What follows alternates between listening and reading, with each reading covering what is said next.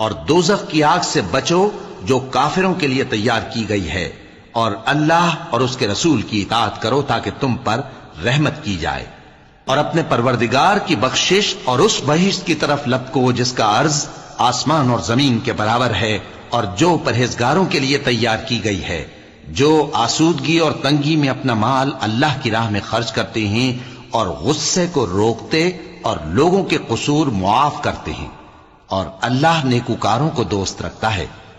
اور وہ کہ جب کوئی کھلا گناہ یا اپنے حق میں کوئی اور برائی کر بیٹھتے ہیں تو اللہ کو یاد کرتے اور اپنے گناہوں کی بخشش مانگتے ہیں،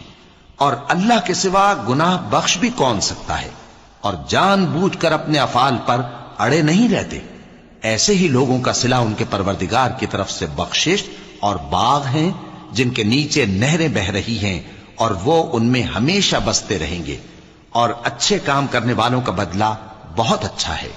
تم لوگوں سے پہلے بھی بہت سے واقعات گزر چکے ہیں، تو تم زمین میں سیر کر کے دیکھ لو کہ جھٹلانے والوں کا کیسا انجام ہوا۔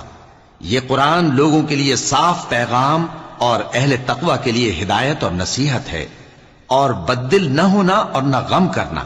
اگر تم سچے مومن ہو تو تم ہی غالب رہو گے۔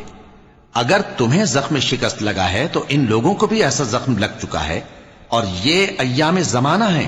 کہ ہم ان کو